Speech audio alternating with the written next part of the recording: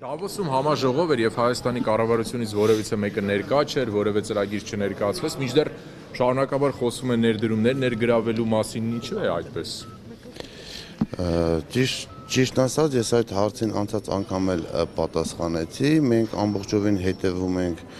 կատարված գործընթացին, սակայն աշխատանքային ծանրաբեռնվածություններից ելնելով հնարավորություն չեղավ մասնակցելու այդ համաժողովին այս անգամ։ Ներդրումների Ադրբեջանը, Վրաստան, օրինակ նախագահ վարչապետի մակարդակով այնտեղ էին խոսում էին խոշոր պրոյեկտներից, մենք էլ ունենք հայ-իրանական երկաթգիծ ատոմակայան։ Չէ, մենք այդ բոլոր ծրագրերը նաև այլ հարթակներով եւ այլ միջոցներով բոլոր հնարավոր ներդրողներին ներկայացնում ենք։ Այո, համաձայն եմ, որ Դավոսի համաժողովը կարող է լավ հարթակ հանդիսանալ, որպեսզի նաև դա ներկայացվեր, սակայն դա միակը չի եւ այդ համաժողովին չմասնակցել դեռ չի նշանակում, որ մեր ներդրումային ծրագրերը եւ այդ մեր բոլոր մնացած այլ ծրագրերը չեն ներկայացվելու բոլոր հետաքրքիր եւ պոտենցիալ ներդրողների։ Մի վարքյան խնդրում եմ հարցից պատասխանել։ Ներդրումները գործում շահագրգիռ են։ Չլսեցի։ Այո, մեր IT ժամանակ վարչապետի գլխավորած IT ժամանակ բավականաչափ հանդիպումներ եղավ եւ քննարկումներ եղավ եւ ինչպես Ռուսաստանի Դաշնության կառավարության հետ մենք պայմանություններ ձեռբերեցինք, այնպես էլ հանդիպումներ եղավ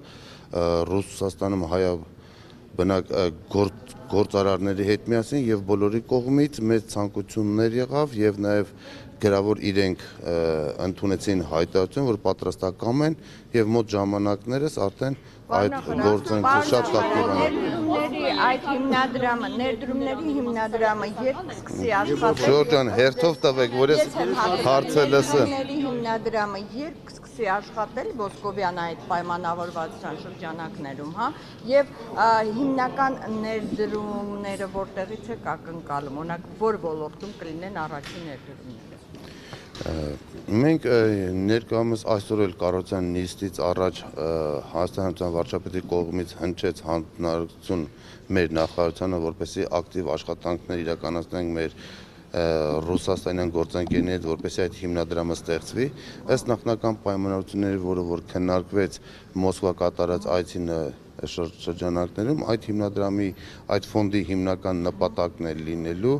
որպեսզի ֆինանսավորվի եւ ներդրումներ կատարվի այն ոլորտներում, որոնք որ կբերեն երկու երկրների միջև ապրանքաշրջանառության բարձրացմանը, որոնք են դրանք։ Ներմուծման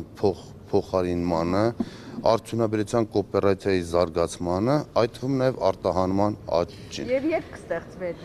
հիմնադրամը, երբ։ Դա կախված է մեր աշխատանքներից, իմ կարծիքով առաջիկա ամիսների ընթացքում արդեն կստեղծվի եւ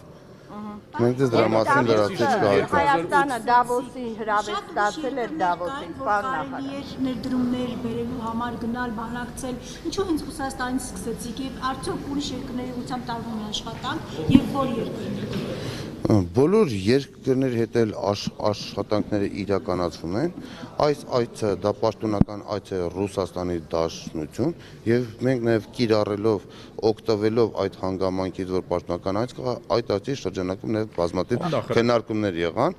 դա չի նշանակում, որ այլ երկրների հետ մենք չենք տեսնում, որ այլ երկրներից եւս կարող են լինել ներդրումներ Հայաստանում եւ ակտիվ աշխատանքներ են իրականացնում բոլոր երկրներում, այդ թվում նաև Եվրոմիության հետ կապված երկրների, Իրանի Իսլամական Հանրապետության եւ մնացած մեր երկրների։ Դավոսի համաժողովը քննարկվել է կառավարությունում, մենք գիտենք, որ հունվարին Դավոսի համաժողով էր եւ ականջս արդեն բան եղավ։ Հերթով հարցեր տվեք, չեմ լսում հարցերը։ Դավոսի համաժողովը քննարկվել էր, այդ տեղյակ եք, որ հունվարի վերջին Դավոսում համաժողով էր եւ կառավարությունում քննարկվել է, կարելի է այս ծրագիրը ներկայացնել կամ այն ծրագիրը ներկայացնել։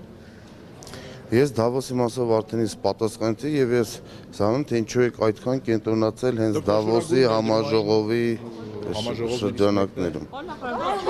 300 միլիոնի ներդրումներ Հայաստան, խոսում է Ռուսաստանից Հայաստան 300 միլիոնի ներդրումներ ներգրավելու մասին, սրանք իրատեսական թվեր։ Այո,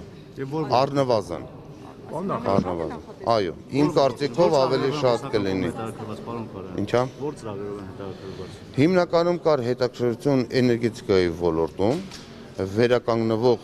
էներգետիկայի ոլորտում կա շատ մեծ հետաքրքրություն, կա շատ մեծ հետաքրքրություն գյուղատնտեսական արտադրանքի մասով, վերամշակման մասով, հանքարդյունաբերության մասով։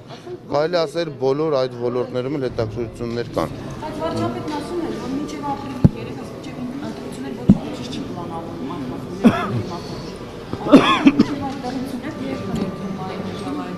Չեմ լսում։ մինչև ընտրությունների օրը ընտրությունները խանգարող են։ Ինչ որ չափով այո, ցանկացած նման գործընթացներ մի քիչ զսպող են,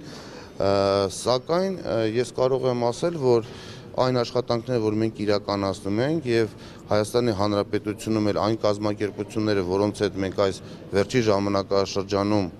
ընդհանուր աշխատանքներ ենք իրականացրել, մեր գործիքակազմի ներքո որոշակի օժանդակություններ ենք ցուցաբերել, այդ կազմակերպությունները եւս շահագրգռված են, որ ներդրումներ իրականացնեն եւ այդ ներդրումները սկսել են արդեն իսկ իրականացնել եւ